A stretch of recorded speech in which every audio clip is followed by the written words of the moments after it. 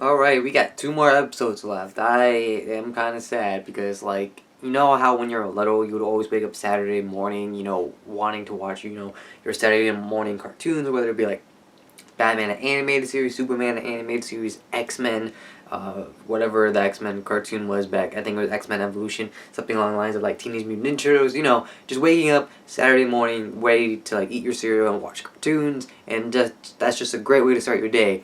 It's like that again, but for Sunday and just One Punch Man, just at 12, or at least on if you're in the East Coast, and it's just makes my day, man. It's just so good. What is up, ladies and gentlemen? Nate here, bringing you my review for One Punch Man episode 10, I believe. And in this episode, it was a nice introduction to a lot of the S-Class heroes, and not only that, it's set up for, I believe, it's going to be the fight that everyone's been hyping up, which is, I believe his name is Boros versus Saitama fight, which I'm excited to see. The dude looks very crazy. He has one eye, he looks like a king. He has a gigantic spaceship, and I saw the manga version of the spaceship, and it just looks... I'll put it here. It just looks epic. But we also get reintroduced to Tornado, which is the green-haired, flying loli tsundere. I think those are the only anime stereotypes that she has at the moment. I finally remember her name, which is good, because I remember the other chick's name, which is Fubuki. But I now know Tornado's name, which is Tatsumaki, which is a good thing. Because those are pretty much the best girls. Which one's better is, I have no idea, because we haven't seen much of Fubuki, which I don't understand why they show her, and if she isn't going to play a part into the later episode. She might, I have no idea, but like as of now, we saw her back in, I don't know, like episode 5, haven't seen her since. And we get to see Tatsumaki that her ability, or her superpower, is that she's psychic. She's was it ESP, and it's pretty cool. I mean... Literally half the animations were like straight out of the manga from what I've seen, where it's just like, you remember that one episode of SpongeBob where SpongeBob gets a magic pencil and draws another SpongeBob, and then this SpongeBob ends up being evil? Like most of her like facial reactions, like when she's like screaming stuff, it was like that. It was like SpongeBob's clone, which I oh man, I love Madhouse. Also, apparently she's 28, but being 28 doesn't like unlollified you. It's not like, what's it called, Fake Caliad, where it's like the Ilias spinoff. Anyway, at the beginning of the episode, I believe they're setting up a next arc whenever like that comes out, because I'm pretty sure that they're not gonna get to it in this season. I don't know if there's a season 2. Like everybody from what I've seen that watches anime enjoys One Punch Man and believes the hype that it deserves, but I don't know if like... Because in most cases, just because like the Americas likes them doesn't necessarily mean like Japan is like, hey, here's a season 2, which kind of sucks. Because if you watch like shows like Game of Thrones or The Walking Dead, it's like for the most part in like the Americas and Europe, everyone likes it. That's why it keeps on gaining traction. It just doesn't matter about like America itself, or North America rather. But as long as everyone's enjoying it and wants more of it, people will produce it. But no, Japan's crazy, and they only believe in Japan sales numbers. So then, yeah. But anyway, going back to before I got sidetracked, is that Silver Fang introduced his disciple, his disciple, his very first disciple that went crazy, and then beat up everyone, and everyone else got scared. So that way, that other guy that Genos choked out, is the only disciple there. So yeah, we get introduced to him. We don't really get to see him. We get to see a little bit of him, and yeah, I'm pretty sure that's the next arc from what I've been seeing. Besides from that, all the S-Class heroes are gathered together, minus the first S-Class hero, or rank 1 S-Class hero, and I believe Metal Knight, which is rank 6. I could be wrong on his position. Anyway, everyone's gathered, and they pretty much tell what happened at the end of episode 9, which is basically the madam, the psychic, or not really the psychic, this person who sees into the future.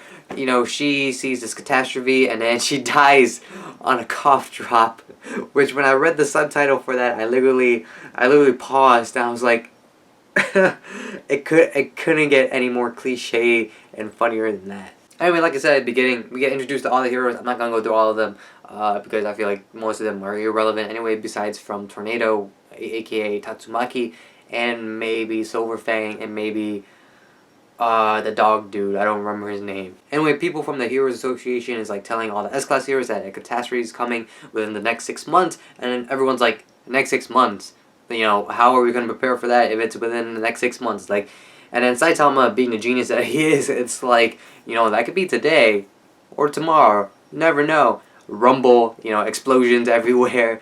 And then, Saitama, next time we see, like, the S-Class heroes, Saitama already left to go deal with the situation. Like, he straight up punched through the ceiling to get out because there's no other windows, because Metal Knight decided when building, the building, he decided to make no windows in order for it to be, indestructible, basically. And the fact that Saitama, literally, when every other hero was like, how are we supposed to get onto that ship, Saitama's already in it, punching his way through everybody that meets his fist. But on the ground, we see that Atomic Samurai and his disciple, I forgot what his name was. It started with like iron or something because, he's a knight. He got his arm chopped off or blasted off because they're dealing with this like clay thing, and then freaking, what's his face? Atomic Samurai comes in and starts slicing him, and then they gather all together. They become like this one big monster, and yeah, I think Genos might be part of that fight and then maybe get wrecked, and then, Saitama's gonna beat Boros. I believe that's gonna happen, and then he's gonna be like, guys, what are you doing?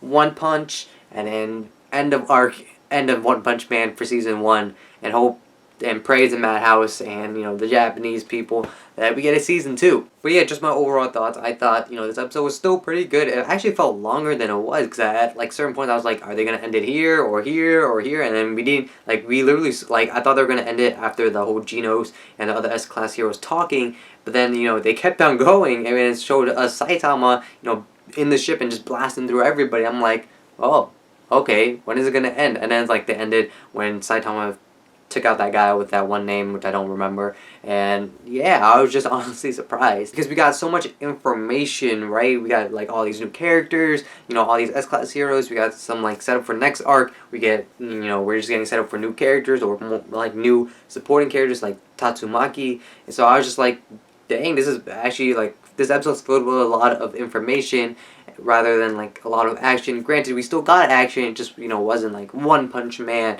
or like DBZ, like action. Also, animation again was flawless. Like when every time Saitama's face just like chiseled and become like well defined, I was like, yes, here it goes again. But then you could also like flip the coin in where you see Tatsumaki like going on her little rant, about, hey, I don't like you, why are you being here? And you see her in the background, she's like barely, drawn and stuff like that. I thought that was really funny. And a quick PSA that there's actually a OVA episode, which is basically an extra episode, which pretty much just shows you how Saitama got his costume, which was bundled with the manga over in Japan. It could be, I'm pretty sure it's online right now, but I'm not going to tell you where to go because it's not on Daisuki or Hulu, so you might have to go your ways to, find it, but that's not me. I'm not going to link you because I believe in supporting, people who bring over anime and manga so we can actually watch it and read it and just enjoy Japanese culture, stuff like that. But hey, those are just my thoughts. Let me know yours down in the comments below. And with all that being said, I hope you guys enjoy this review. Thank you for watching. I hope you guys do enjoy. I'll see you guys all next time. And so until then, bye-bye.